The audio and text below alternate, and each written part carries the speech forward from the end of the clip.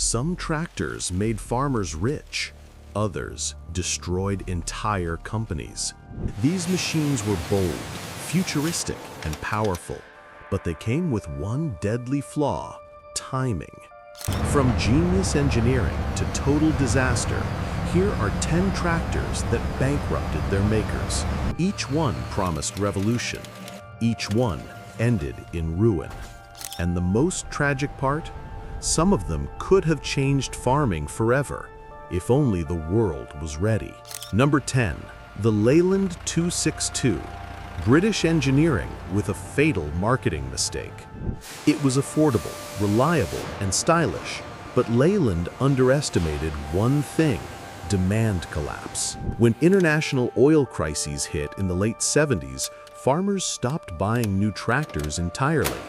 The 262 was brilliant, but Leyland's debts buried it before it could save the brand. It was the first warning: even great machines can't outrun bad economics.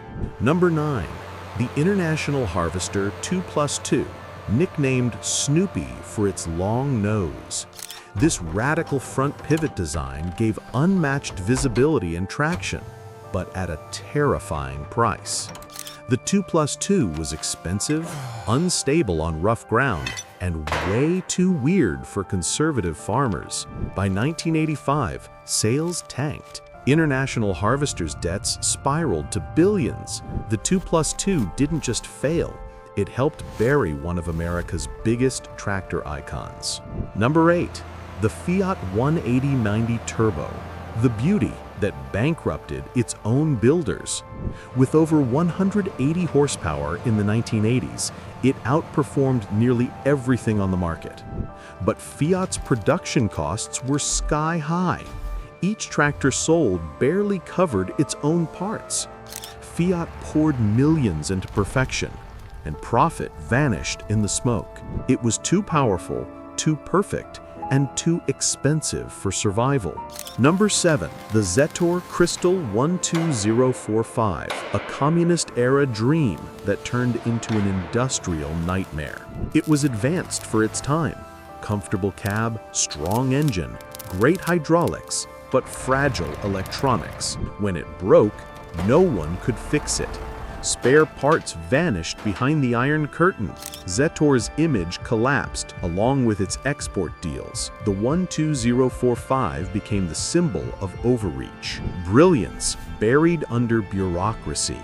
Number 6, the Ford 8010, a tractor decades ahead of its time and too far ahead to survive. It was Ford's leap into four-wheel drive farming, a market that didn't yet exist. Farmers saw it as overkill and refused to pay the $30,000 price tag.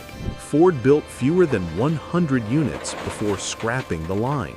Still, its DNA lives on in modern 4WDs, proof that failure sometimes writes the future. Number 5, Deutz-Fahr Intrac 2003, the modular tractor of the future that nobody wanted. Its forward cab and interchangeable modules were genius, but way too complex to maintain. Number 4, Case IH 4994, the white giant that drained Case before its merger with IH. It was too big, too thirsty, and too expensive during the fuel crisis.